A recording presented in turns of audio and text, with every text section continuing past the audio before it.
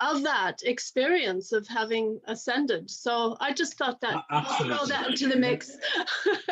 Yeah, I think that's a wonderful way of looking at it, and we'll certainly come back to that point. But the idea is that, yes, we ascend with Christ. I mean, that's the key to it. So even more bizarre is the idea that it's not really given the prominence in church, in ceremony, or in the ancient texts, the Gospels themselves. Anybody else have any thoughts on that? What about your experience of ascension within the church itself? I felt, having listened to the conversation that you had, and there was some debate about whether the ascension seemed strange in terms of faith, you know, that you had to accept that this had happened. And I think that lost, for me, it lost a little bit of the point. If you've got faith to accept the resurrection, and the fact that the body that was dead is now alive, and that Jesus is back with us, then the ascension, by comparison, is a smaller thing to accept in terms of faith, because the whole of our lives is all about life and death. You know, it's what we see, it's what we live through. And to see somebody overcome death is far bigger to me than the ascension itself. And I think that's possibly why it's been overlooked, is because it pales into insignificance compared to the resurrection. That's a really interesting point. Absolutely. So we're kind of playing a game of kind of Christian top trumps, really, aren't we? With the whole thing, you know, what is more important? Crucifixion, incarnation, resurrection, ascension. Absolutely. So I can see a point in that. Liz, you had something to say. Well, as a child, ascension was very important. It was one of the top celebrations in the church. It was we actually had a day off school. Yes, we did too. Yeah. We went to church in the morning as a family, and then it was the first day. I was brought up at the seaside. It was the first day we were allowed to go to the beach and paddle. So the fact that you had a day off school and that you had a treat, you had jam sandwiches on the beach in the afternoon, well, it was important. And so it made it an event. Yes. Yeah. As one of the church's celebrations, it always has had meaning, but whether it's had the sort of deep, significant meaning to me that it should have, I'm not sure. That's interesting. We were saying just before we went live that we've all been in touch with various friends today in France, Holland, and in Sweden. And it's a holiday in all of those countries, and probably many more in Europe. So it's strange that it's dropped from our holiday calendar entirely as well. On this idea then of its lack of kind of visibility in the Gospels, I don't know if any of you use Pray As You Go app. I was listening, I used it today, and there the ascension was brought to our attention through the last few verses of the Gospel of Mark, which is generally assumed by scholars to actually be a much later addition to the whole thing. So the assumption seems to have been like tacked on to Mark sometime later. So it's really only Luke that deals with it in any way, in Luke and in Acts, of course. So thinking of this, Vincent, I want to ask you, in my estimation, the assumption had a far greater role to play in the early church than it did in later periods. By the Reformation, it was even starting to look a little bit shaky. But in the early Christian church, I mean, the great church fathers, they were very keen on it, right? Yes, very early on, Ascension as a day, a festival, featured. It was celebrated more than even Easter, because it was the day when you considered that uniting of the two worlds, the invisible world and the visible world, the one we exist in with the one of faith. Interestingly, I mean, Irenaeus an early follower of Christ, second, third generation of disciple, wrote about it. And Athanasius too. You know, we all say the creeds on a Sunday, and Athanasius was one of the main people behind the creed. And he wrote something interesting, that the Son of God had to come and become a man so that we can become God. And this concept that the Ascension, by taking humanity into the Godhead, allows us to become God. That always sounds controversial, but it's a belief the church had from the very beginning. There's reasons why from about the 6th, 7th century, Ascension got less, because there started to be a concentration on sin more than there was in the first couple of 100 years. And so sin becomes very dominant, and things like the Assumption then becomes an answer to how we understand sin. But, so in a way, for the early fathers, the idea of the Ascension confirmed the idea that the Incarnation continued, but now continued with our presence in another place, in what we call heaven, I suppose. So, I mean, we all find it, I imagine, easier to grapple with the understanding of Jesus in the Gospels, walking through Palestine, his life, his example, his miracles. One of the problems with the Ascension is it's hard enough to get our head around the resurrection, as Andrew was mentioning, and then this physical body somehow disappearing.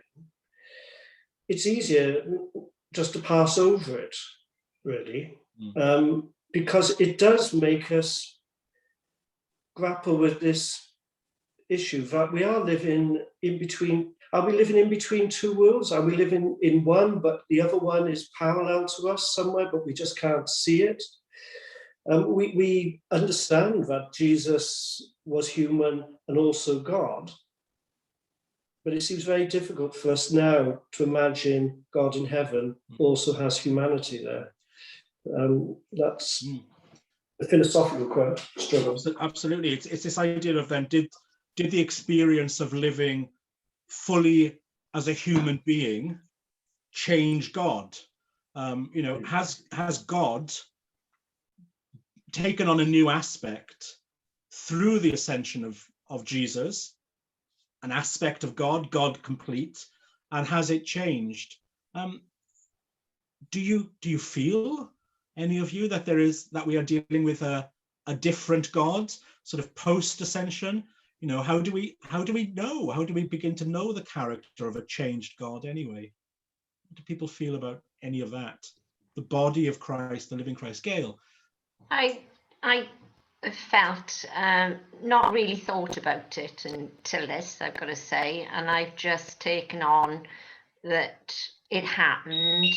And in your discussion about what went up, I've always assumed it was Christ, a man, went up into God and he was on the right hand. But I had never thought of it that he changed God. In many ways, I probably thought that God sent part of him down as a baby. He was here with us, and then he went back to himself. I never thought of it changing God, as Vincent suggested. But and I can see that a lot of people wouldn't have thought more, because being a scientist, I've always struggled as to explain it. But as Vincent said, with quantum physics and everything else kicking off, we haven't got a clue what's out there and which world we're in. So I can see that sort of side of it as well. Yeah, absolutely. You know, there are multiple stories and traditions in multiple world faiths about God coming down to earth, of course, and taking the form of a human. Okay, so if you look, you know your Greek or Roman mythology, it's there all the time. You know, Zeus transforms himself into a man or into a swan or into a bull or whatever, and then goes back. And in Hinduism, which of course is one of the great world faiths today, and a faith that I have a lot of respect for as well, a god like Krishna or Rama is an avatar, that is to say, the essence of the god Vishnu who comes down. But when he returns to Vishnu, it is in his Godhead form. God just breaks off a little bit of himself, as it were, and puts him into a mortal guise and then brings him back. Where Christianity is so different is that the deity that comes down to us becomes fully and ultimately, completely mortal as well. To feel all the things that we do, the pain, the anguish, the physical hurt, and then returns in that form to God. That's what sets Christianity apart from all the other world faiths that have these kind of resurrection or incarnation stories, which really, you can see why Christianity was thought so fearsome and so bizarre in its earliest formations as well. Rose, what's your take on this physicality of Christ at the Ascension? Because I know you've got some interesting points, which we did raise a little bit, even on things like the gender, the ethnicity of Christ. What is Christ then? Who is Christ? If he was a man in Palestine in the 1st century BCE, we can place him as a person, a color, a creed. So what is that Christ to do with us? Rose, over to you. I've got to remember we're recording as well, haven't I? Well, do you know what? I struggle with this so much because I said when we were doing the record, we did the previous recording, is that I desperately want for it to be a spiritual ascension. Jesus has this, but I can't reconcile that we have this full body resurrection and then we have a spiritual ascension, because I can't think that that Jesus is somehow this ghost, because that completely undermines the resurrection. So is it would it be a kind of get out card for you? Yeah, it is a bit, but I sort of, but equally I struggle with the concept of a male God, because God can't be male, because God can't be female, God can't be anything other than God, because God is God. So and so I really struggle with the tension that happens with the doctrine of the Ascension, because of the fact that it jars so much with my individual belief. And I think part of the work of theology is to work out those jarrings, and sometimes we disagree with people, sometimes the people disagree with us, and I'm aware that there's been wars fought over these disagreements in years gone by. But ultimately, do I believe that Jesus was a man and is a man? Yes, I do. Do I believe that God is male? No, I don't. So it's that sense of, the tension there. So I haven't got a really good answer for you, really, other than I struggle with it. So yeah, no, I can understand, and I do too. I think it's going to be a theme for another one of our conversations on. It should be the shifting image of Christ in art, for instance. Because what we've tended to do, isn't it, over the centuries, is that we've made the ascended Christ into whatever image we want him to be. If you've seen the film King of Kings from 1964. It is the German actor Max von Sydow, blue-eyed and blonde, and there he is. It's Robert Powell. It's what we want him to be. But when we think about it, if the ascended Christ himself in his physical form must have been a Judean, Jewish man of about 33 years old, is it he who sits at the right hand of the Father? Anybody want to come in on that at all? Yes, please, Mr. and Mrs. Davis. Steve. Just to quote Galatians 4:26, you are all sons of God through faith in Christ Jesus, for you are all baptized into Christ. Sorry, I've missed that there. For all of you who are baptized into Christ have clothed yourself with Christ. There is neither Jew nor Greek, slave nor free, male nor female, for you are all one in Christ Jesus. So gender, sexuality, etc., we are all one in Christ Jesus. And I wonder whether we let ourselves get hung up on these things when we are all one in Christ Jesus. So for you, is it a question then of interpreting Galatians as a kind of, whatever we are now, we kind of cease to be, or it ceases to matter? It ceases to matter, yes. Yeah. Well, that'd be lovely if we could actually implement that now in our daily life and in our churches as well. Yes, absolutely. That would be a joy, wouldn't it? It really would.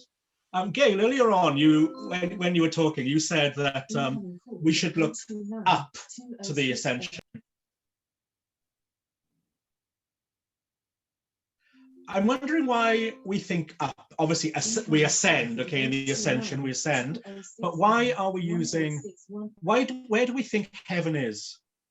Where do we think it is? Gail, you said when you were chatting, as we were always taught. You said if you ascend, you ascend up. Go up, right? Yeah. So the question then is heaven above us? It's all around us. All around us, okay. But if you ascend, you go up, and we always say it. Well, what we're talking about ascension. Yeah, so absolutely. Ascension is up, descension or descend is go down. Yeah. So and of course we have that, don't we? So Christ descends from the cross, he descends into hell, he ascends again. So we have that up and down trajectory, but is it actually a very useful trajectory? Is there a better way of thinking about the dimension of heaven, what heaven is? For me, heaven isn't a locality, it's a state of being. It's where I am, it's where I'm at with things, rather than a place. So I'm interested to hear your takes on heaven. Vincent, do you want to lead a bit further with that? Could I just... yeah, go on. Oh, sorry. Someone else is speaking.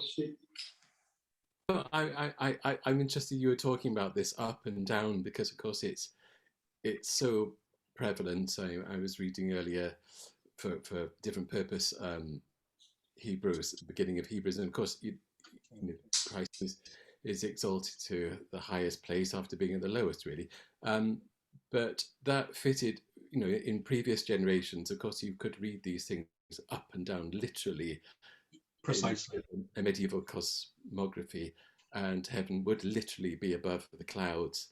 And if you took the Platonic version of Socratic dialogues, where hell or the afterlife is definitely down in the rivers, literally in somewhere in the world. But we can no longer, I don't think we can, anybody would ever believe that now. So, and I suppose one of the other problems I have with this, and I haven't thought about it much, I'm afraid, but the ascension takes place 40 days after the resurrection, correct? Well, there's a big debate about the timing of it. Some theologians and biblical scholars would say it actually happens on the same day as the resurrection. So it's quite tricky actually to pin it down. And different traditions rose quite quickly about when it should be as well. There's a very neat liturgical reason for 40 days. 40 days in the wilderness, 40 days of Lent, and all of this. But it's not actually so easy. Beautiful account of the ascension, and Christ seems to go up in a bit like a Steven Spielberg film, and I sort of see this radiant, dazzling sort of image, and they're sort of boggled. But another sense to read it in 21st century, and whatever the timing is, I just have to take it a bit looser than that. I like your analogy of like the medieval map of the world. The map of Monday in Hereford, for instance, there's Jerusalem at the center, heaven is above, and hell is below, and the earth is a disc, absolutely. And of course, if you look back to the Old Testament, everything that happens of a sacred nature happens on mountaintops. Okay, so Psalm 24, who may ascend the holy mountain of the Lord, who may stand in his holy place? It's all about that trajectory up and down. So, but where else can we find heaven? Where else spatially, dimensionally might we conceive it to be? Vincent, where I know you're interested in this idea of space. Yeah, I mean, space and time. Lloyd, you mentioned heaven is a state of mind is all around us. I mean, Albert Schweitzer, the German theologian who went to work and establish a leprosy mission in Africa, that was the change in theology at the beginning of the early 20th century. But what's interesting about the early church is how much they paid attention to the physical body. We've grown up with the idea that we die, we leave the physical body, and it's our soul which ascends to heaven. This is a very much later idea when we took hold of Plato again. But if you go to the catacombs, for instance, around Rome, you'll find they took great care with the physical body, because the physical body was going to be resurrected. They established rooms underground where they would have meals with their family. I mean, there is some early Christian graves which were covered over with a chimney, because it was imagined that the physical body would need to get out somewhere. When we read the Creed on the Sunday and we come to the line, the resurrection of the body, that's the point we cross ourselves, the only point in the whole of the Creed. So we have this sort of later understanding that it's the spirit, our soul, which ascends to heaven. But early Christians were very much wanting to say, no, our physical, our material bodies are very important too. Which then challenges, as Jeff was saying, we have to think about space and time differently. And for me, if we say it's a mystery, we just have to take it by faith, that's fine, but then we have nothing to say to the other disciplines. When our understanding of the world changes, the universe, when we learn that the universe is expanding, do we just say, well, that's fine, it doesn't affect my faith? Maybe it shouldn't, but then we also have nothing to contribute, and we become more and more a sideshow to the debates in the wider life. So I'm very interested in space and time, quantum physics. And I just think when we think, where has Christ's body gone, it allows us to enter into that discussion. But it might be a red herring for a lot of people, I don't know. Yeah. Bonnie, you had your hand up. Yeah. Yeah, thank you. I mean, I think I'm wondering if we're focusing too much on the literal. I mean, there are those that say the Bible was written metaphorically, but we tend to interpret it literally. And I question, even that distinction. I don't think that when the Bible was written, people thought in the way that we do now. If we're making, we want time to be, a certain way. We want science and how we understand the body to be a certain way, because there's a process that we've been taught that you have to go through in order to find the proofs. But it was a different world at that time. So the distinctions between the metaphorical and the literal were not so strong as we may understand them. And I think, maybe seeing the body also as a kind of metaphor as well as something literal. Yes, the body was important, but there was also a need to understand the body as something beyond this physicality too. So yeah, I'm concerned about the focus on the literalism here. That's an interesting point that I think you see in the Pauline letters, Paul pushing at those boundaries. When he writes to Corinthians, for instance, about obviously uses the metaphor of the body of the church and so forth.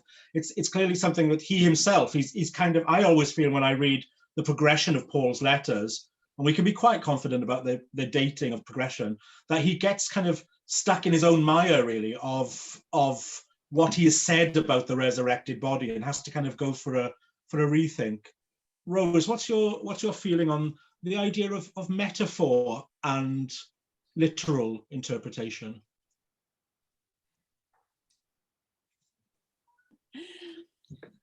it was interesting actually. I was having a discussion about literal and metaphoric versions of the Bible with my Hermes dispatch lady this morning. We were having a chat on the doorstep about it. The Bible is for me, is the inerrant words of God written down by an errant man. So therefore it is open to interpretation. As Anglicans, we have scripture, tradition and reason. And so the idea that we should take everything in the Bible literally for me is problematic. Not for everybody, but for me personally is problematic. Was Jonah really swallowed by a whale? Was in Genesis, was the world, well, we know the world wasn't really created in 7 days. Evolution tells us something different. And so interpretation becomes important, because when we look back on Genesis, we look back at the Mesopotamian myths and things like that, and we suddenly go, right, this is a ancient civilization trying to make sense of the world around them. It doesn't take away anything from the fact that God created the world. It doesn't take that away. It's just a way of explaining it. And I'm not going to go and get into the fall and all that type of stuff now, because that's just to take us down a rabbit hole that we really don't need to go down right now. We'll keep that one for when we do sin next. But so I think it's important that metaphor and interpretation is still important in the New Testament. Yes, there's that it's a historical, much of it is a historical record of Jesus's life and teachings and things like that, but there's still an awful lot of metaphor in it. Jesus taught in allegory. Jesus taught in metaphor. That's the point of the parables. Did the Good Samaritan actually exist? Probably not. It was a story. These are quite often the parables were stories created within an oral tradition, and so were metaphors. And so I think there is room within our scriptural interpretation for thinking about metaphor. And indeed, we can think of the Ascension as metaphor. We can think of different aspects, thinking about the metaphors of the Ascension, thinking about the metaphors around the resurrection, around the incarnation, doesn't take away from the fact that they actually happened. It just simply adds to our experience of them, because our faith is an experiential faith. And so we bring to the table what our life experience has taught us as to how we interpret the Bible. Even those people who say that the Bible is completely inerrant and it is that you cannot interpret it, are interpreting it. It's a self-defeating argument to say that they're not interpreting it, because they are, because as human beings we can't but use metaphor, we can't but use interpretation, because that's the way our brains process. We create symbols, we create metaphors in order to be able to understand the world around us. It's why fairy tales work for children so well. It's why we sing songs. It's why we learn the way we learn, in rhymes and things like that. So I think there is definitely space for metaphor and for interpretation of the New Testament just as much as the Old Testament. Does that answer your question? It goes a long way towards it, yes, most definitely. I think the other thing that's going on too, of course, is this, for the early Christians, this dependency on the Old Testament. So there are multiple readings going on all the time, also multiple writings going on. So when the authors of the New Testament texts are writing, they are very conscious, of course, of the Judaic tradition that they're coming from too. We've already mentioned this idea of mountain tops and clouds and so forth. So, of course, when in the Epistle to the Hebrews, the anonymous author of that writes and says, Jesus is our new high priest. He is our Melchizedek. He's taken us back to the old, the really old stories of the patriarchs. And then, of course, what I think any informed reader, any casual listener of the letter to Hebrews would have understood is that Jesus is recast as a Moses figure. So Moses is the mediator between God and people. Jesus is the final mediator between God and people. Moses ascends Mount Sinai into the clouds. Jesus ascends through the clouds and into a new space. Moses on Mount Sinai is shown a copy of the heavenly tabernacle.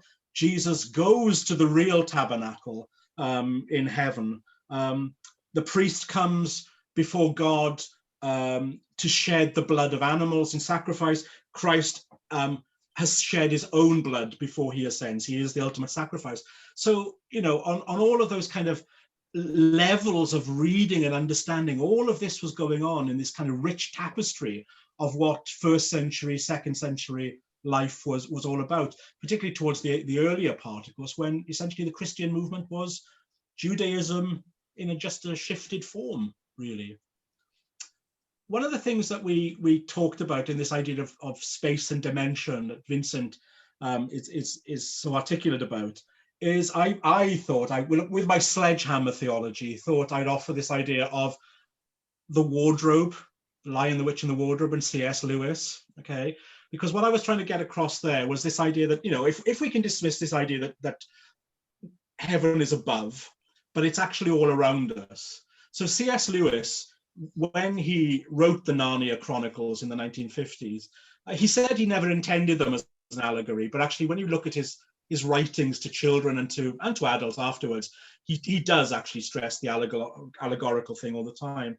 So for him, this idea of going from one space into another, he said at one point, it's like an actor standing out in front of the curtain. You know, he comes through the curtain and suddenly he's in another space, but he can return into that space where he can't be seen. But that doesn't mean he's not there any longer.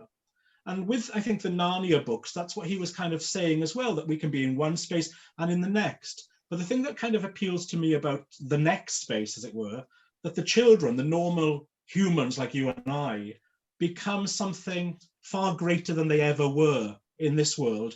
They are addressed straight away as sons of Adam and daughters of Eve. And they become, of course, kings and queens. So they become the kind of the best of themselves, the glorious selves. And one thing that I think theologians have been trying to stress over the centuries is this idea of Christ glorified through the ascension. You know, Christ returns in his human form, whatever we want to make of that, but the result is he becomes a glorious, the best version, even better version of Godhead in particular. I'd really be interested to hear if people can identify with any of the Narnia things or others. I did think of Mary Poppins at one point as well. She comes down, she does good, she goes back into the clouds with her umbrella. Are there any other ways that we can think about to try to make this kind of like a palatable? If you were going to try to teach this to children or grandchildren, how can we make this ascension, this great mystery, something which is approachable? Any ideas at all? Asking genuinely.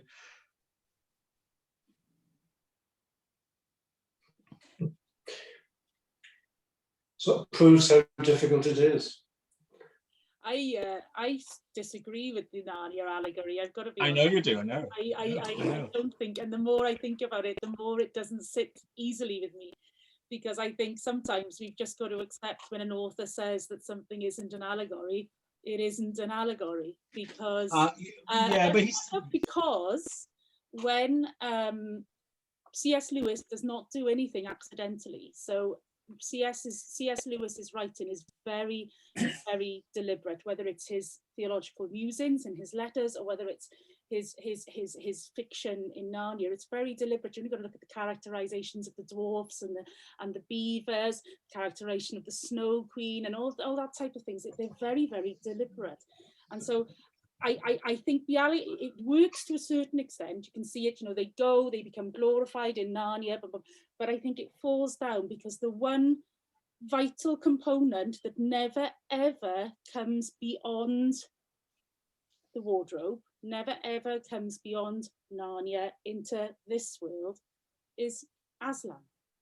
So if Aslan is the metaphor for Christ, in order for that allegory to work as an allegory of the Ascension, Aslan would have to pad his way through the wardrobe.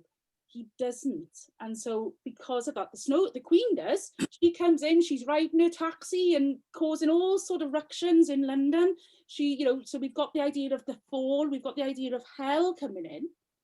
We got, to be honest, at that point, I would have said was more to do with Nazi Germany and things like that than the theology. But I fear that I think it works as a vehicle, but I can't agree with you that it's an allegory for the Ascension, just simply because the character that is cast as Christ in that metaphor, in that allegory, is Aslan. Aslan never ever comes to the world of humanity, and surely the whole point of incarnation, resurrection and ascension is that God is with us and we are with God. So therefore, if Aslan's not going to come through those doors, it can't be an allegory for the ascension. Sorry. I never meant it to be an allegory. It's just a means of thinking through space and place and time, really, more than anything else. But that's the problem with it, isn't it? And maybe that's one of the reasons why the Ascension doesn't get touted around as much as we'd like, because it's kind of hard to explain. One of the interesting things observing the conversation tonight is, right back to the early church, you had two separate schools, the school of Antioch and the school of Alexandria. One were adamant that the scriptures needed to be interpreted allegorically, the others, they need to be interpreted literally. This discussion has been there since the beginning. My issue with those who want to interpret things allegorically is, and Kierkegaard, the Danish philosopher, said, well, we're just left, I'm simplifying, but we're just left with this decision to make a leap of faith. Well, I want things to be a bit more concrete. I want evidence. I want things to engage with the world that I live in and science, etc. Because if it is just a series of metaphors, then Jesus didn't have to come at all. We might as well just have the story and just forget about whether it actually was a reality at any point. So the debates of going back and forth, I think both are true and both are completely wrong. So that's the problem. I don't want to make just a leap of faith. There needs to be something more concrete than that. Yes, leap of faith. I mean, that's what it comes down to again, isn't it? This idea of the magnum mysterium, the great mystery that we are engaged in. You said earlier, Vincent, do you think that is not good enough because it means we can't engage with other disciplines around us, by which you mean sciences, philosophers, and it is our duty. I think, coming from a kind of Lutheran background, I suppose, I think it is our duty as Christians to engage and to debate. But how do we effectively go about doing it? Bonnie, have you got any thoughts on this at all? I'd be really interested to hear what you have to say about the idea of taking debate to other disciplines over faith. I mean, I think I don't see it as an either or. It's got to be together. I was reading something the other day about how children who are engaged with the arts also do better with the sciences, and that's, I think, because there's something about the arts that you engage with the whole of your body. If you're playing music, there's a rhythm to it and your body is engaged in that. But that also means that you're kind of absorbing the maths of the thing, and the same with, I won't go into all of that, but I think there's something about, there's got to be a connection between the two. I mean, your concern was about how we explain the Ascension to children. I personally think that it's actually rather simple. Where do people live with us when they die? They live in our memories, they live in our hearts, they live in the love that we have for them. So maybe that is the Ascension, is that ascension is to the love that we're holding, the memories that we have, whether good or bad, So it's a state of being again. It's simplistic, but I think that's something that children easily understand. I think there's a lot to be said for that. Absolutely. Sorry, was somebody going to say something? Then I cut in. No. The other thing I'd like to push a bit further on then is the question of, in theological thought, the idea is then that when Christ ascends and becomes one with the Father and yet individual to the Father, what he's able to do, of course, is to transcend time and space completely, right? So as a physical being, Jesus of Nazareth, Yeshua, was in a limited area between Galilee and, according to the Synoptic Gospels, one visit to Jerusalem in his life. Okay, otherwise he just had that really small area, the equivalent of sort of Cardiff to Bangor. That's about all in physical terms. Limited to one language, limited to what he could do with his physical body. When he ascends and becomes one with God, and yet separate from God, obviously he has no limits on time or space at all. So he can be now a cosmic Christ. Okay, so this is the Christ, the glorious King, I suppose, who can interact simultaneously with all of us across space and across all ages as well. He was there in the past, he will be here in the future, he is here now, and he is probably on many dimensions as well. So that I presume is supposed to be the big leap that we take in God being changed. Is that right, Vincent? Is that what you think God's change is about, or is there something more bespoke to it? Bespoke. Yes, I mean, there was a Catholic theologian, Teilhard de Chardin, who talked a lot about the cosmic Christ. He got into trouble. His books weren't published. He was ordered not to write, and he died believing his work hadn't reached an audience, and then became, throughout the 1960s anyway, the top bestseller of Catholic theology. We're not saying that's necessarily up there in the categories of books, but nevertheless, that idea, which was promoted by Teilhard, that Christ is, his consciousness has spread throughout the universe. So what you're talking about before his resurrection, Christ's consciousness is limited to his human body, and afterwards it permeates everything. This is what led to various forms of New Age interpretations, etc., through the 70s and 80s. So I have some question marks over Chardin's theology.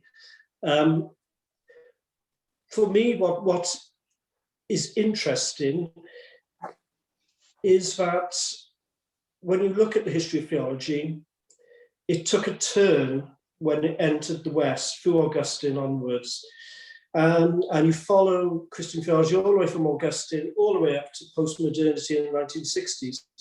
And that turn helped us to destroy our own way of understanding what is true and interpreting texts, etc., etc.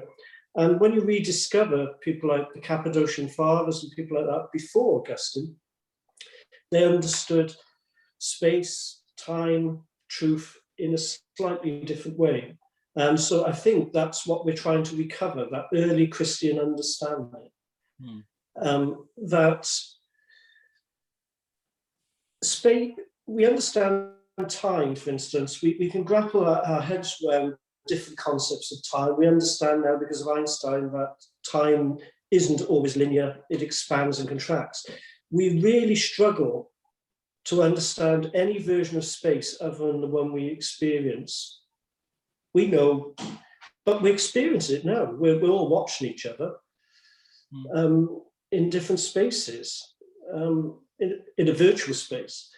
So I do think, as we move forward, the debate about space for the next 100 years is going to be the main one in hermeneutics. And if we don't contribute to it, then we might as well stop altogether engaging with the various disciplines, because it's the one thing we've got something intriguing to say about.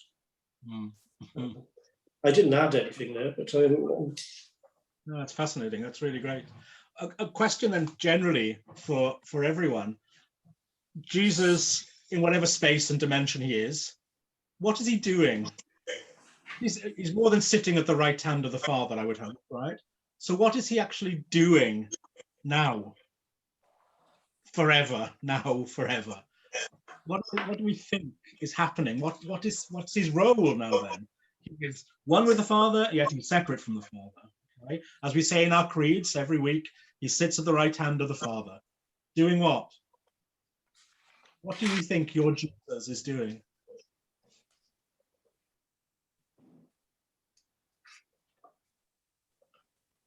I'm very simplistic. I mean, Jesus is here now.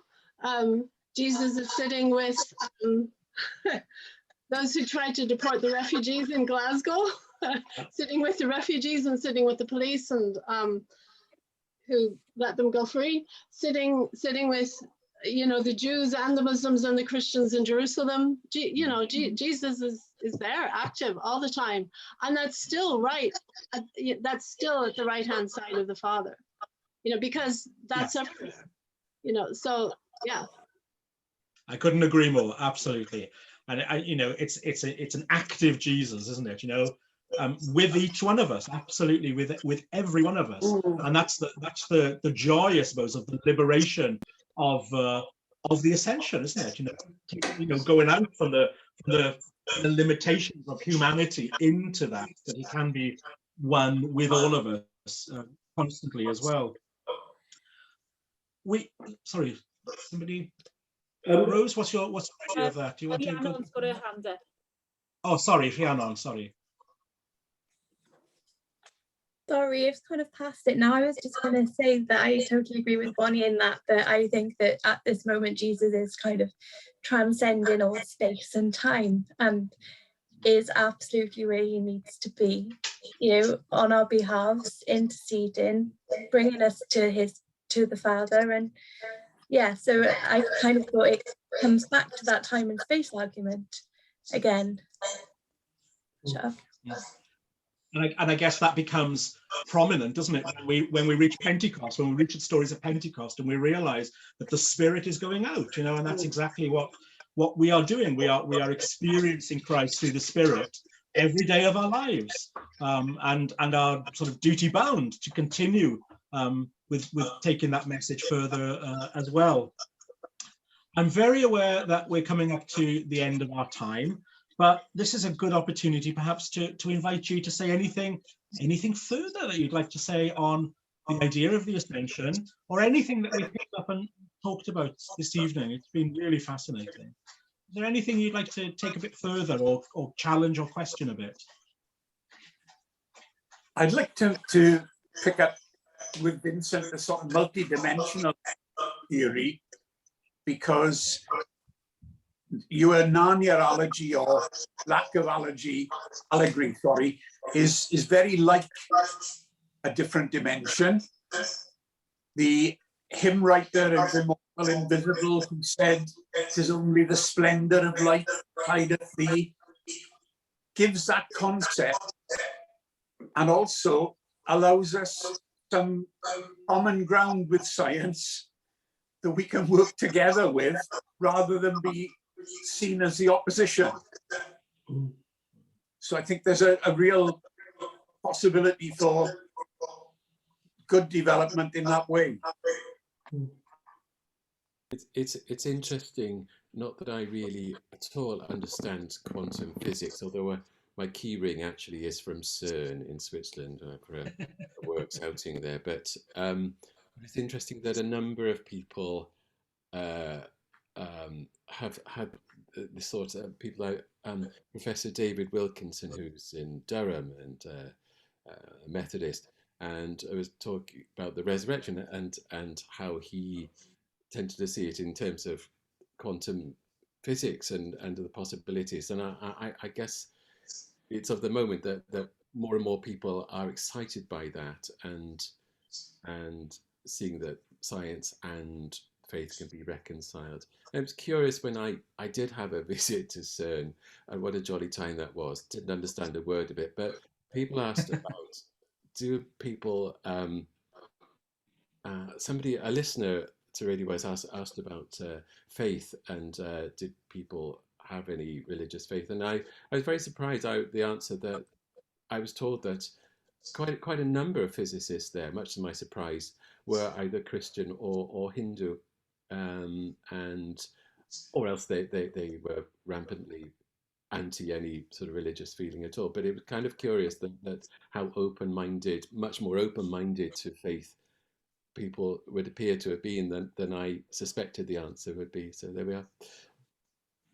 That's interesting. Miriam and Steve, yeah? You're muted. Just to observe that we seem to be going from a period where we have a God of the gaps, where as science explains things, so everything seems to become smaller and God has less of a part. It seems that now we're invoking quantum mechanics to go the other way, and that now science is making God bigger. I guess that's to do with, you know, what science has done is to open up our universe, isn't it? Yeah. To infinite possibilities. And if that's the case, then God, we've always known, is an infinite God. So that gets bigger and bigger with every calling, really, doesn't it? Yeah.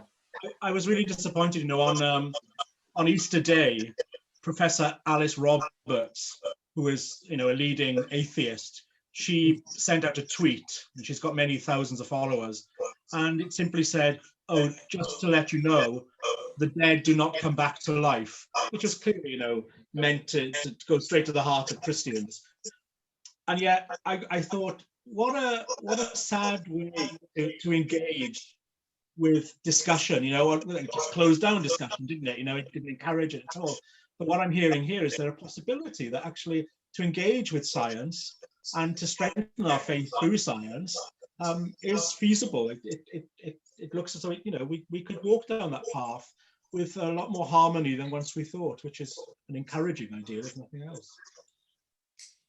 I think as well, Well, I was going to say, I think as well as metaphor comes in with that, because and image and how we visualize our faith and what we believe. I mean, one of the things I keep coming back to when I keep thinking about God and the space of God and where heaven is and things like that is an image that I used to use a lot when I was an ordinand and when I was discerning for the priesthood, was an image of the mystical body of Christ. And it's an image of it, it's a very old image from the Victorian times, it's a painting, and you've got the priest east facing, celebrating the mass, and at the elevation you've got the whole host of heaven around the altar, all who have been, all who are, and all who will be in this image, in this timeless dance of the mass, of the Eucharist, of God, of everything that's going on in that image. And so I just think is that you know, the narratives, the stories and the metaphors that we develop through our faith and through our interpretation of the Bible, and that has an intersection with science, and that it's already there. You can see those things interplaying. Fascinating. Everyone, diolch yn fawr iawn I chi gyd am ddod heno. Thank you all so much for coming tonight. I hope you've enjoyed it as much as certainly I have, and I'm sure I can speak for Vincent and for Rose there. It's always fascinating, and I'm really glad to see that, you know, people are still coming out and coming to these. Please spread the word for us. We haven't fixed up a date for the next one yet, but it will be in the next month and a half, I would imagine. We've decided on this series that we want to be as broad as we possibly can be. So sometimes we'll deal with texts or incidents from scripture, but otherwise we're going to go, you know, off-piste as well, look at art and music. And for our next one, we're going to look at a publication by Catherine Parr, who was the sixth wife of Henry VIII, one of the great reformists, and an amazing female scholar of the early 16th century. We're going to look at her Lamentations of a Sinner, which is a bit of a heavy text, but we're going to record parts of it for you. We'll make it as user-friendly as we can. I'm going to be speaking with Dr. Linda Porter, who has written a biography of Catherine Parr, and we'll be doing our own pre-conversation as well. And the theme that we're going to be looking at is the idea of justification through faith. So it's one of the fundaments, of course, of Protestant theology, especially in the 16th century, when, of course, it could be seen as heretical as well. So this is a female voice in a printed form in English, talking about the theology of faith. So faith is going to be the central tenet for next time. So diolch yn fawr iawn I chi gyd. Thank you all so much. Thank you. And good night. Thank you. Also. Thank you. Thank you.